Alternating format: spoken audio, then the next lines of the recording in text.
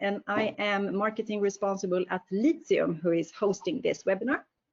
With me today, I have Lars-Johan Strand, more famous as Lajjo, from our solution partner, C.A.G. Ateles. And today, we're going to do a webinar about how to use your customer behavior to be successful online.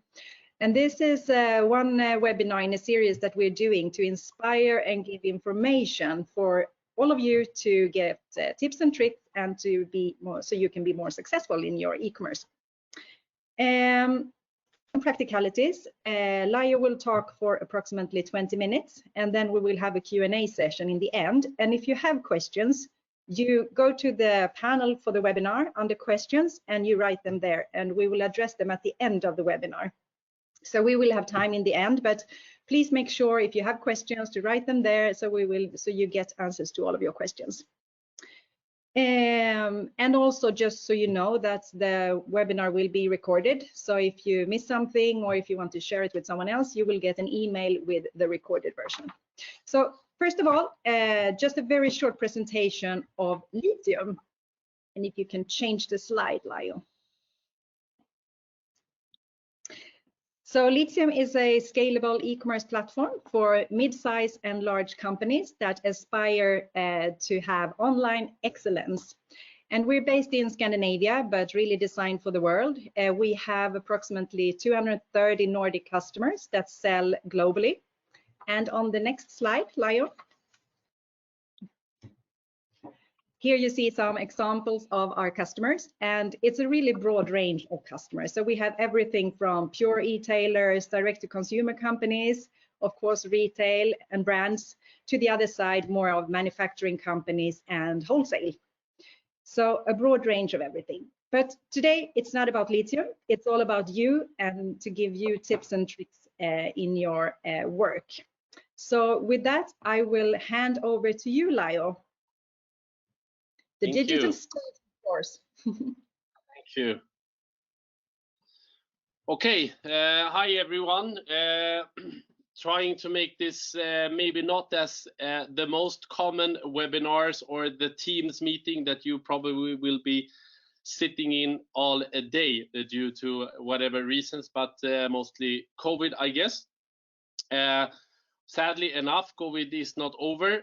Greatly enough, this brings a lot of challenges on your digital environment, and I think this session would be something that we could discuss and talk in the end, or for you maybe to get some resourceful information how you can start creating services in which people that are forced to sit home or that can utilize your brand to make an easier life due to whatever's going on in the world right now.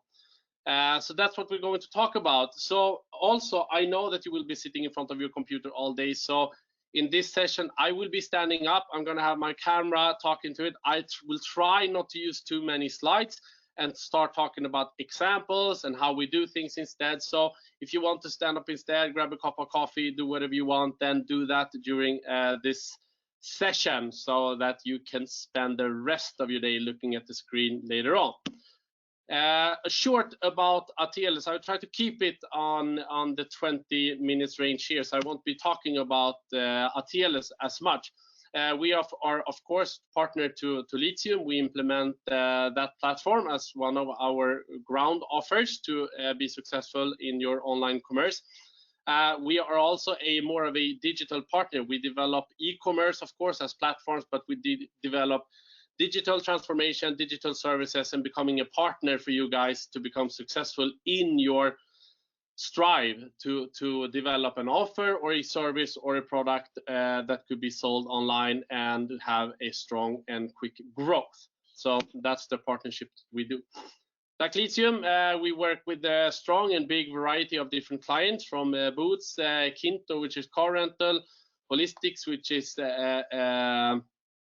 well, healthcare in many ways, car brands, Ideal, Gant, Boots, fashion. A lot of different brands work from business to business and business to consumer as well. So if you guys are in any of these type of positions and are wondering how you can do it, then please contact us. I guess we won't be selling that a lot more. This is why you came here, to talk about how and why consumer journey and consumer insight will be extremely important and probably the smartest and most affordable thing that you can do right now.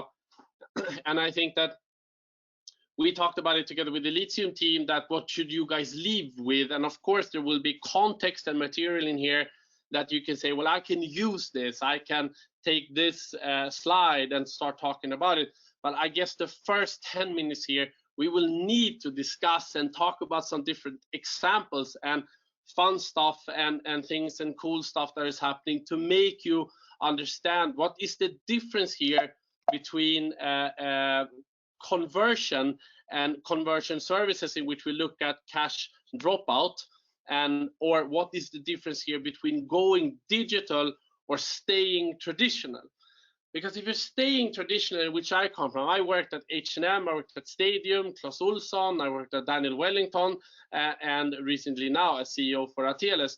And I think the biggest difference here is that if you look at, for instance, Daniel Wellington, we were digital first in a traditional market.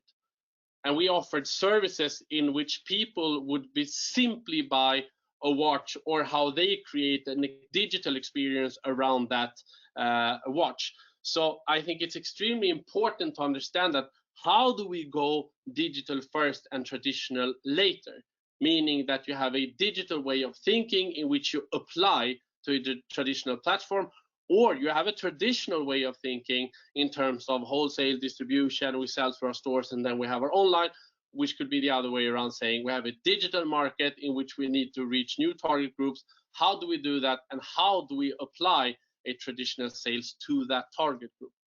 That is the first sort of mindset in which we just need to put ourselves today. But I know that you are already there, and a lot of you guys are already doing it. And also, what we're going to talk about today is not that we are not talking about conversion rate and checkout dropout, saying that we can look at the numbers and see that people check out because they don't apply for this service, or it didn't really work when they were transferring from this side to another page. I mean, that could be done. We have analytics tool to do that type of performance. But we are talking about true digital transformation through digital services. What I mean by that is that today, new digital services is the new loyalty club. You know, when you are you use a company or you use a service in which you sit next to a friend and you like using that app or that web page, and you show them, say, look at this, this is so smart. I love this company. Look at what they're doing. They're making it so simple for me to do this. We sort of brag about when we can buy something with one click and it turns out at your doorstep through your phone. And then we start bragging about it. And I think that's what's going truly digital. Because the only reason that this is possible is that these type of companies have started to thinking about, if we are digital, meaning not that we are in an app, going digital means that you break down your offer in so small bits and pieces that a computer can read it. Meaning, if you have a product, you break it down into color, price, brand, size, weight, whatever, all the different data around this product. Then you have the client on that side, you break down all the data, gender, address, purchasing history, patterns, whatever you want to do. You have purchase history in terms of what type of, does she like billing, does she like paying by credit card, does she like this, etc. When you combine all these different data points, you can offer new services. And I think that's so important also to understand that how and what type of new areas will you be able to develop if you would have the data in your sort of infrastructure that you have. This is offered on the platforms and from Litium and to all the other different platforms that we're having. But the question is here, and we're going to talk about some different examples. So, and that's also what we're going to talk about. And I hope that you would set yourself in a mindset today to start thinking about how your customers prefer to buy your product and your services, and how you can offer the simplest and smartest way to do that now that you have these possibilities through data. And you now start thinking probably, how is that done, and what type of examples do we have for that? Well, the question here is that all retailers today, And I think we're going to talk about some examples so you really start getting this. All retailers today needs to define an ecosystem, and this is where they start. The consumer uses your product or your services or whatever. Either you create new services in which they want to use it again, and they build loyalty, and they come back and they do a new purchase. Some examples that we can talk about different ecosystems or way of thinking when you go digital.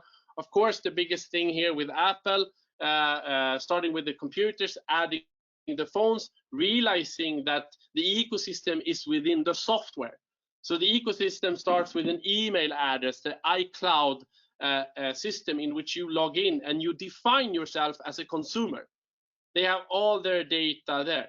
Then when you have bought your phone, that phone can't just be that purchase. The ecosystem then needs that you need to continue to buy things.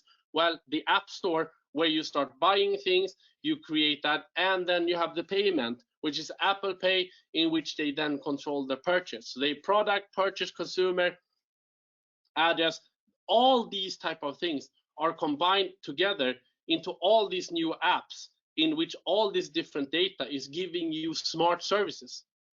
Google Maps, for instance, telling you where you are, what you can buy, when and where, what type of services or stores that are around that you already like because you have told them that you can use my data. How does this ecosystem work for you guys? And what type of services can you offer in terms of if you start thinking this? Because this is going digital. This is how you build an online shop in terms of thinking that, but how do they want to shop my product? Because today, technology is defining that you want to shop a refrigerator the same way you want to buy an iPhone case. It's totally different products.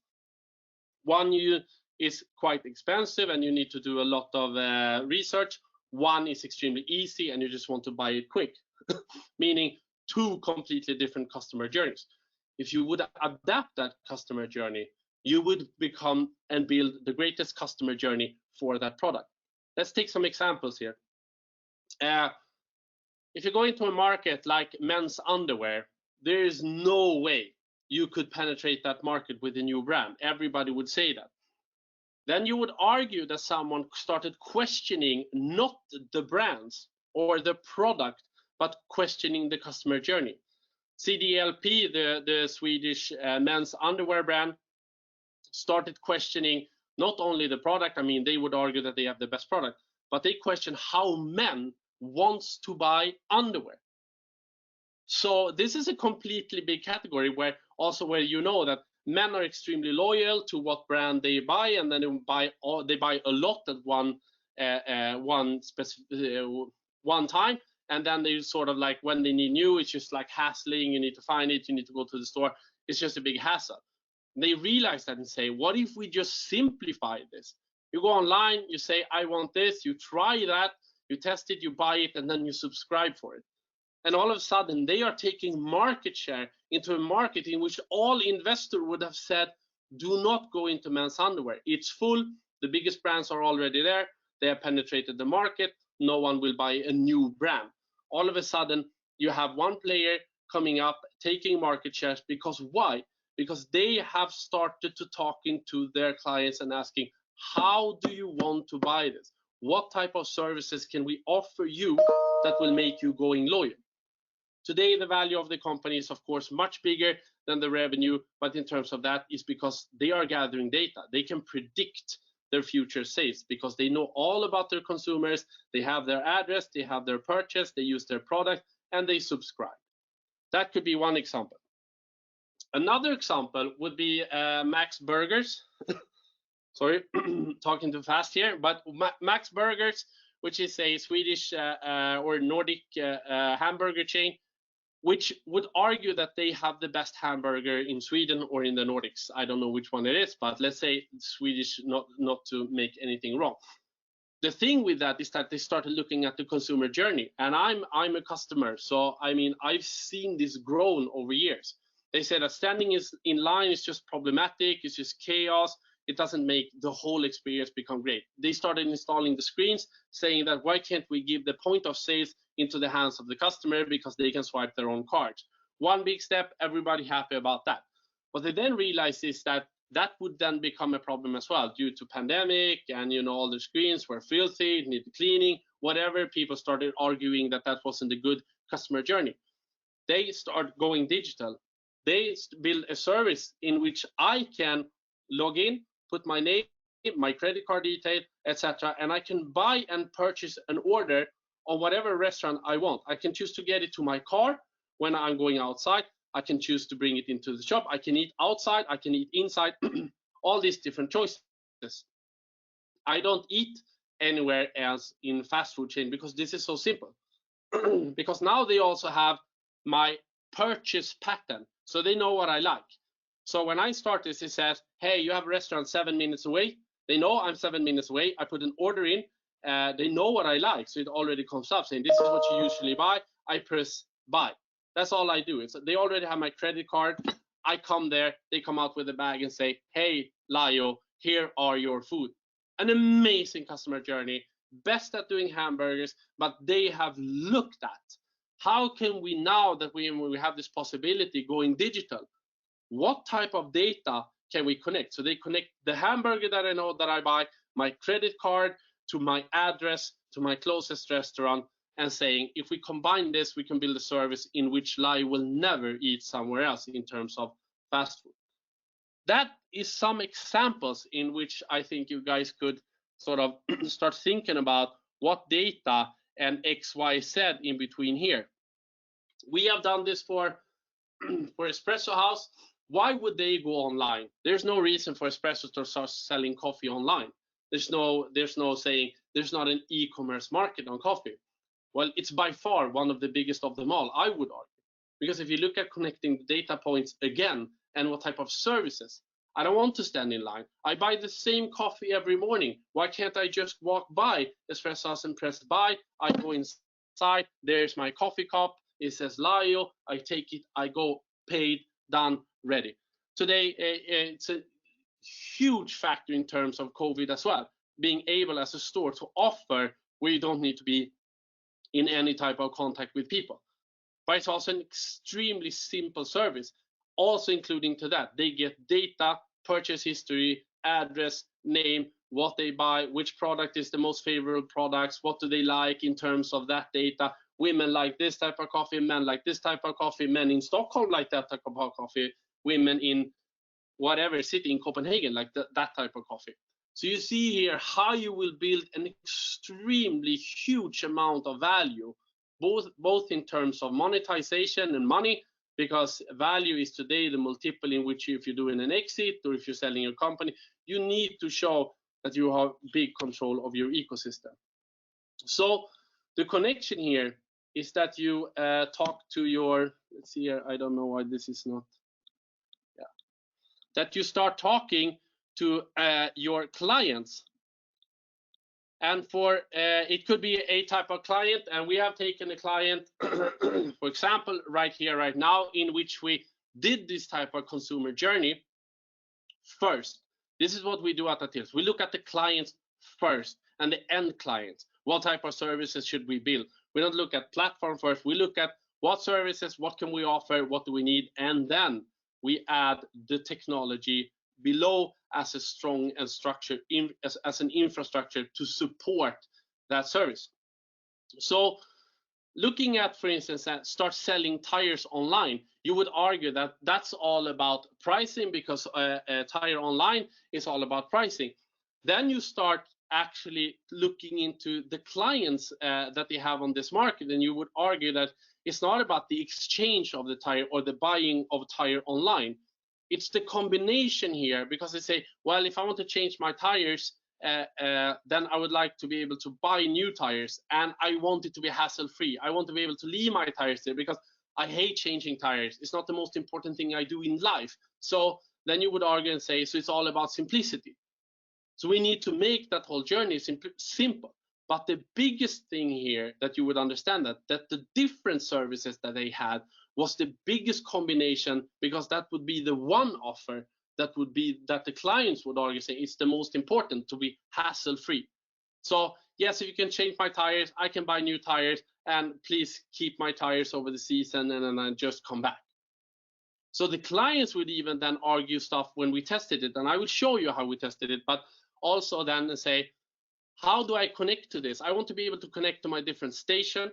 And to buy new tires, they didn't want to say what type of tires. It didn't mean, they said, no, I just want to type in my car or even my registration number of my car, so that it will come up my car and what type of tire I need, because as a consumer, I just simply don't know. So we realized then that, okay, so if they type in the registration number, we know that they are at this station, they have this car, knowing then that it's this person because they also had to register, and we then also would know the address if we would even ship the tires there, or if they keep the tires at the tire hotel. And knowing then that they have the tires at the tire hotel, you would argue then that you can build an extreme amount of offering on the tires that you are actually keeping, and ensuring that they are top quality when you change them for the new season. So that would be one ecosystem that actually the clients that we asked started looking into this. Let me just click forward. So, I mean, the UX and service design is extremely important for us, and I think that, and I hope that all clients would start looking into this as we do in physical stores. I've grown up with physical stores. I've been in retail all my life, H&M, Stadium, but the combination on the online perspective and the digital perspective is actually what creates a lot of conversion. And through that, we need to look at the customer first. This might sound like an expensive journey. It's not. It's extremely expensive not to do it, but to do a journey like this, like we have done for all our clients, is between 10 to 14 days. On the one that is really want to grow and expand on this, we're talking probably 3 weeks. But to spend 3 weeks into a development project that will cost you 1.5 to 3 million Swedish is worth every penny. So we work with UX and service design. I mean, this we have already also talked about at the different, but just to come back and bring back the memory on you guys a little bit, that of course we discover first, and then if you look here, you have the business impact goals. We want to know, what do you want as a client, or you should figure that out. This project going digital, what is it that we want? Do we want our B2C store to become our biggest client? Do we want to build services that build loyalty? And then we set that into project vision. We create our SMART goals. We define why do we do it? What is it that we're going to do? And then we continue, start building ideas and connecting our vision into some functionality. Sorry, I'm waving too much, so I almost put my coffee down here from the shelf. And then you also put that down into a roadmap, which is called minimal valuable product. And you define different releases in which you start with the most important first, and you launch that. Of course, this is something that we define together with you, but then you verify it. Because every time you go into an executive team and say, we want to do this, we think this is a good idea, someone, and probably a smart person, would ask, have we checked this with our clients? Do we know that this is going to work? It's a valuable question, and everyone who's working with this should be able to say, yes, we know, because that's the business case. We know that this is our project goal, this is our business goal, we make it happen, we have tested it on the clients, they say we like it, okay, then we start building and investing in development. I'm going to carry on quite fast. So we develop the personas. You know how we do this. We find out the target group, internal and external. You write those for the whole organization to start understanding who are we working for, basically. We sort of put this in some, sorry for the Swedish here, and sort of it's called effect mapping, but we define the goals of the project to functionality. So if the goal of the project should be a lot of registrations to our newsletter, then we define what type of functions would we need to sort of make that happen, and how do we prioritize those type of functions. We make that happen. We put it from regular ones till going digital, so we always can keep this. This is also helpful in the whole development process going later on. We did then define the consumer and customer journey. So saying, this is what we want to happen in best cases with all the experience we have as a client on this market. We haven't tested it on any clients yet. We do all the different version scenarios. What would then happen if we want this to happen? What if this person go the other way? What happens then? We develop a prototype and an iterative working process around this to develop. And you see, there will be some complexity here, but for us, it will truly help you guys and create such a strong alignment in your executive team. We then create an interactive prototype in which you can sort of click on JPEGs. It's not an expensive development. This is only to enable for us to be able to go from our concept to our low Wi-Fi to our sort of more strongly connected demo. And the demo is used to enable for us to test. Our personas could then go in and test. And we ask them, what is your name? What do you do? And we want you now to buy tires. We want you to look into this. We want you to look into that. How do you feel? What are you missing? What would you do better? And here comes the great part, because you might confirm the customer journey, but in between, they are arguing things that you would never come up to. Well, I feel that, yeah, I get it, but it's hard to find tires to my specific car. Okay, they are connected to the car. They don't understand size. Why can't I see when I need to change my tires? So they want to have a reminder saying, hey, it's time. Not only on date and when it's illegal. I think that the most important one client argues saying, well, illegal tires is one thing, but when are they dangerous? So there's a whole majority here in which you can educate and tell them there's a big difference between where the cops will tell you and give you a fine because your tires are bad, or where you actually understand that, hey, I need to change my tires because I won't be able to stop my car in time. How do I know that these tires will fit my car? Why can't I get a message when there are no queues? These type of things. Also to be able to push offers.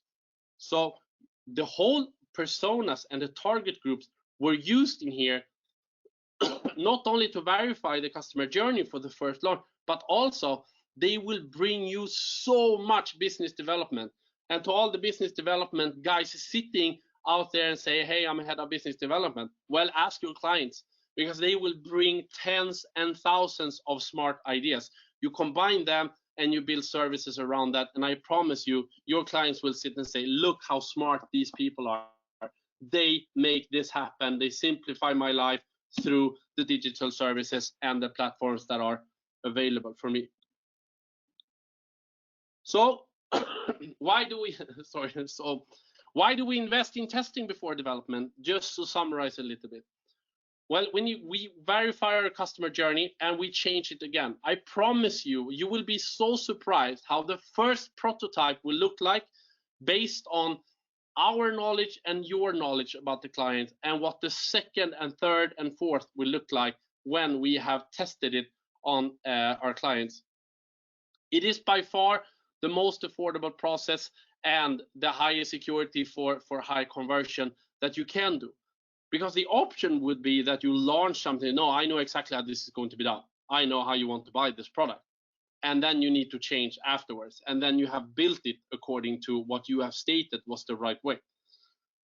You get so many smart ideas from your target group, not only for the customer journey, but how they want to perceive your brand, how they want to do your purchase and customer journey, and so many great other ideas. And I think the most important thing is when you have that in place, that's when you can talk about technology and investment in your board of directors or whatever you need to go to find the resources to develop. The conclusion to this, find out what services and delighters. It's called delighters when you add something that is so extra that people start talking about it. Find out what type of delighters will be needed to reach higher conversion. Look into your everyday life where you actually have created more loyalty than you think due to the fact that they are offering you smart services, not only the product that they're selling, but the services around it. The business goal is connected to the consumer journey that ensure for highest conversion, meaning your goals is tested through your consumers. Continue use your target group and testing all over. It doesn't end after the first project. The same target group can be tested over and over and over and over again, and they can all of a sudden be developing the way your type of services should look like. Ensure to work towards your complete ecosystem. Always try and define your ecosystem. We get them to test, we get them to buy, we get them to subscribe. I don't know what it is. We get them to change the tires, we get them to put it in the tire hotel, we get them to buy new tires. That could be one thing. That's also for the hamburger chain. We get them to order first in the app, we get them to pay in the app, and then we can offer them services in which we can just come out and hand over the burger right through the car window. No standing in line, no drive-through, no nothing. And then afterwards, you build your tech environment enabling infrastructure and data handling. I have no idea what time it is, but now I know. It should be somewhere in the area. Okay, I think we should look in you if there are any questions or if you want to say anything, Malin, but yes, well, just first of all, I mean, thank you, Lajjo. Wow, it's so inspiring, and you could really feel your energy through the screen. So thank you for bringing that energy to everybody. So a couple of questions. I think we have some time, and be sure if you have other questions to put them in the question box. But one of you talked a lot about B2C customers here in your examples. What about B2B? Is there a difference, or is it the same? No, it's exactly the same process. And going, if you then understand B2C, for instance, I mean, the B2B market is just basically opening up, I feel. But there are ways in which you would argue that it could be a maker of window, or we have many B2B clients where we ask their end clients, I mean, other companies, how do you want to buy this product? And they always come up saying it's a hassle because I get the windows, but we can't buy the nails or the screws. And then we come back and say, hey, they want to have screws and then they get the whole package. And you know, we increase margin, we create a better shopping experience. So it's exactly the same, and it's just so untapped into this. But start asking your client, even on the B2B market, the same, because they will give you so many great ideas. Yep. Great, thank you. And also, I know you talked a little bit about it, but someone asking about budgets, like what type of budget do we talk about? I don't know if you can repeat that. No, of course. I mean, this is transparent community, and I think that if we as suppliers and etc. can start talking budgets or numbers, but this process, if you were to look at it in the fastest way, I would argue like 10 days, 250,000. I mean, it will also involve a lot of you guys if you are the orderer of this. The key here is to sit down with the CEO, the head of logistics, the customer service person, marketing, and sales together, and we start asking questions. Because when it's combined, when you get the product or the design combined with the marketing, you have a great product that you truly lift up, that people would love. So it's also to build that combination, but that type of service will go through there. So I wouldn't argue it's too expensive. I would say we do this process between 250 and 400,000 Swedish. Yeah, okay, thank you. And there is also another question just about someone working in marketing asking who else should be in this project, but I think you just answered that. And another question is, what markets do C.A.G. Ateles work on, since there is an audience from different countries? We specialize in the Nordics. We have offices, of course, here in Sweden, Stockholm, Linköping, but then also we have a great office in Oslo. We are quite doing good work in Oslo. It's the Norwegian market growing, and getting a lot of questions now from Finland, Denmark. So I would argue we're Nordics. Yes. And then another question, just you're getting some like, thank you, great presentation, etc. So I'll give you that. And then also asking if you will receive the slides, and we will share the recording. I'm not sure though if you will. Are you happy with sharing the slides, Lajjo? Yeah, I can really share the slides. Yeah, I have some movies in there. I will just do as images instead. But of course, we don't hide anything here at Ateles. There's no reason for us to trying to keep knowledge here, but we'll of course we'll love to share. Yep. Okay, great. And you all will get an email tomorrow at the latest with this.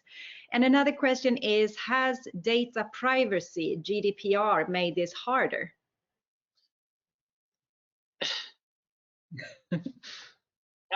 Okay, in some aspects, of course.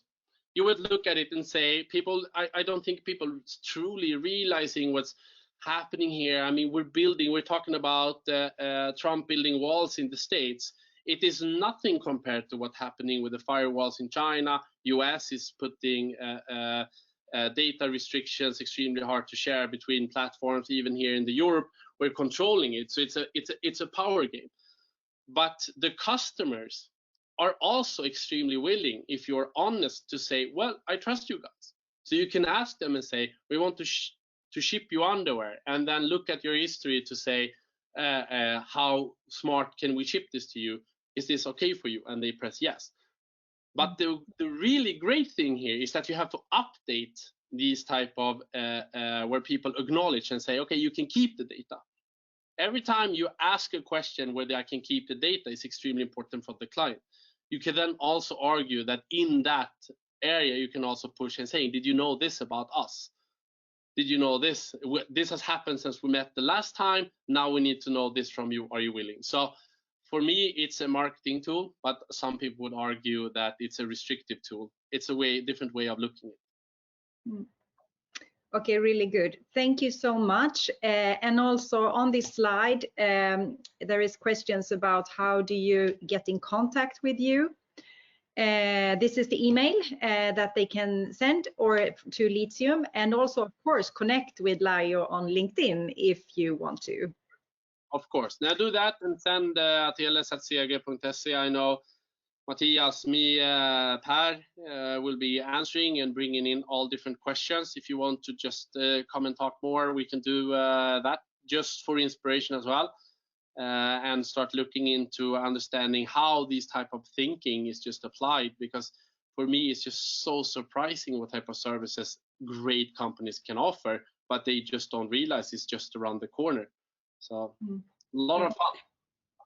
Yeah, just one more question that, and then a lot of like good presentation and thank yous. How do you do when testing focus groups? Do you have any tool? Yes, we do. We use different tools. I think that one thing would be also to, if you are curious about it, then write to Ateles at C.A.G.se, and then Malin and Carolina, who works a lot with UX and front-end and service design, would tell exactly. But we use it to be test on, which was something I showed here, which is a tool in which clients can register, and then you sort of you can give them this customer journey and ask questions in between and gather the data. Those things we also do in the beginning, some basic interviews, but we don't do 1,000 interviews. We start maybe doing probably 10 to 15 to get an understanding in the beginning. And then of course for that, and then also I showed you some tools in which we build the customer journey in as well. We can show you all of this. Just send a question to us and we will share it with you guys. Oh, super great. Well, time is out. Thank you so much, Lajjo, and thank you to all of you that was listening to this. I really hope you got some good, inspiring tips and tricks, and please reach out if you have any further questions. So thanks a lot and goodbye, everybody. See you soon again.